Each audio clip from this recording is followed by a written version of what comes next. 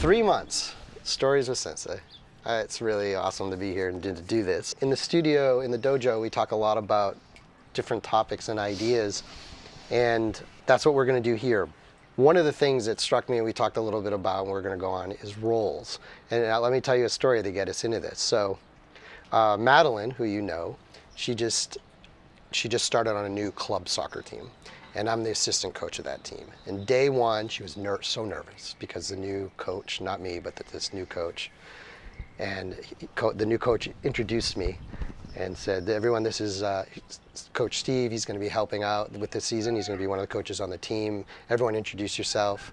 And everyone went around, and Madeline was so nervous, and she said, "Hi, Dad." And Coach said, "No, not here, not from 5:30 to 7. That's Coach." And it made me think about the conversation of roles that you talked about. Right. Dad, coach, all these different things where we are. And how do we juggle that? Like, what role are we in and how do we shift between roles?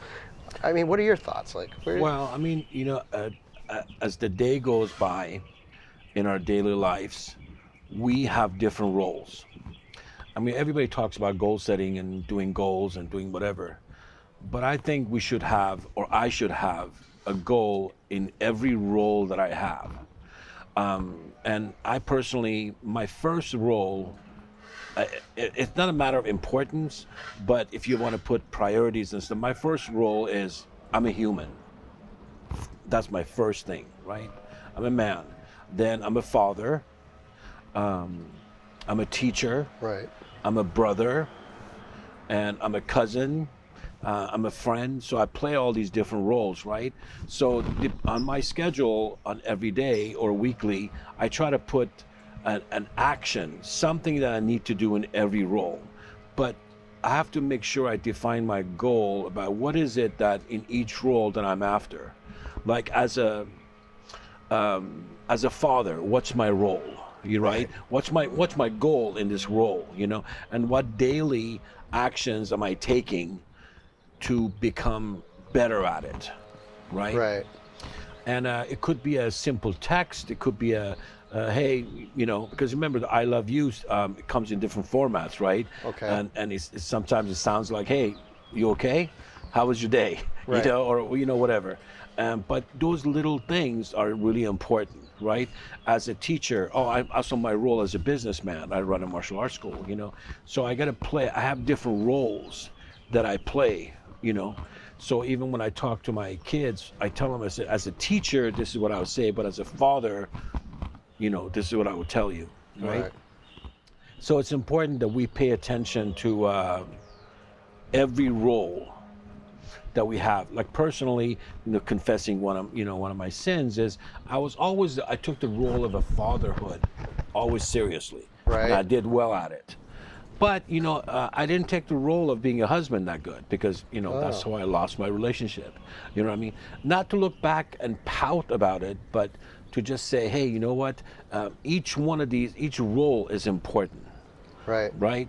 So I need to, I need to from now on make sure every role that I'm playing at, first of all, be clear about what role I'm doing this. And that comes from by the way, from the concept of check-in. The 3 questions we always ask ourselves, right? Where am I? What am I doing? Is it real?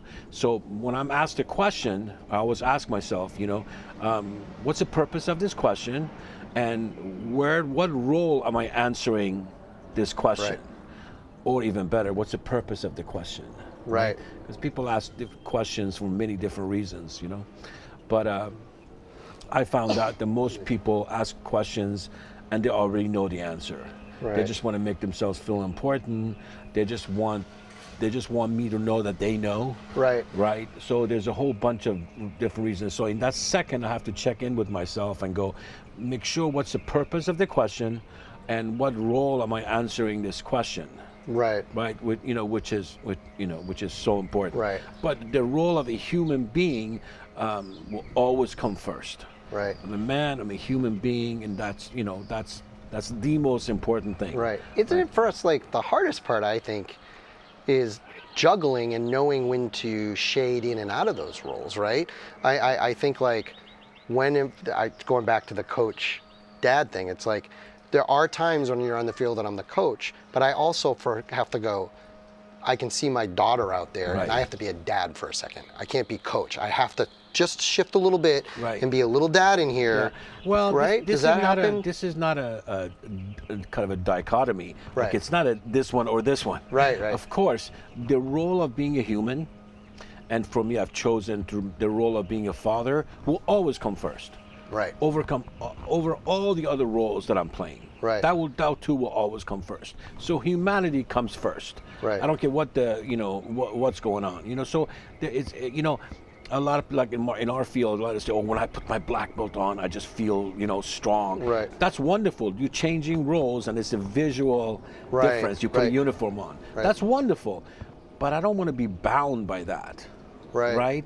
I don't need to, do well only when I go to church. Yeah, exactly. I don't want to go to my workout only if I'm stepping on a mat. Right. Right. I am what I am all the time. Yes. Right? We're all of them. That's the point, right? We're all of these roles. But human first and human being. We're not human doing. Remember, we're human being, which means to be a human and to have the experience of beingness versus doing. I don't need to do more to be a better father. I need to do more. I need to just be more. Right. So constantly reminding of I want to be a human being first. I think to me, going back to checking in, I think really what we're talking about with roles, or what I'm hearing from you, is just making sure whatever those roles are, the way they all come together, because we are all of them, have we checked in to make sure that they're all healthy? Maybe that's where we are, right? And how do you do that? You make a schedule, literally a weekly schedule. Hey, you know what? I make sure I text my cousin. I haven't seen for 20 years, but it's okay. Once a week, or once every, whatever you decide, Right. But you just put that in your schedule, because you never know till you hear something goes wrong. Then you're like, oh my God, I should have, done whatever. Right. So you just kind of make a point about, just make the other person feel like they're important. Exactly. Right? And vice versa. Yep. So, and you just never know.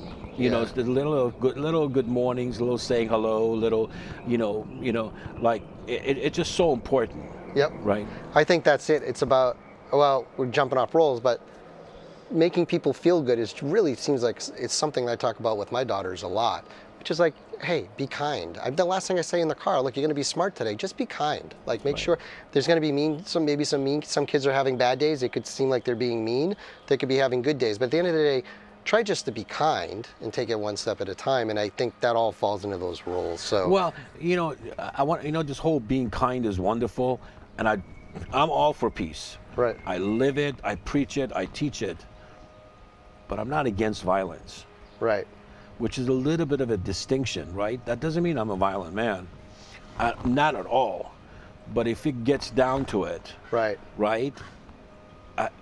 It kind of sounds weird, but it'll actually be my pleasure to take care of it. Yeah. Right? Which just sounds kind of weird, but again, I think the nature is that way. The way the world works is that way, And so we need to know. We need to be peaceful, and in order to be peaceful, you need to know the art of violence. Be kind, but being kind doesn't mean being weak. Right. This is why I talked to Abby. I was like, being kind, Abby, but I need you to be strong. Kind just means be kind, but be strong. I think that's kind of what you're saying. Absolutely. Like same way we teach little kids how to make a fist. We go like this, be nice, I'll be nice, I'll be nice, I'll be nice, till it gets to a point I won't be nice. Right. But you don't jump into this. You always go through the and whatever. Right. Then when it gets down to it, so it's a physical thing that we teach them how to make a fist, but it's also a meaningful way, to get into the fist.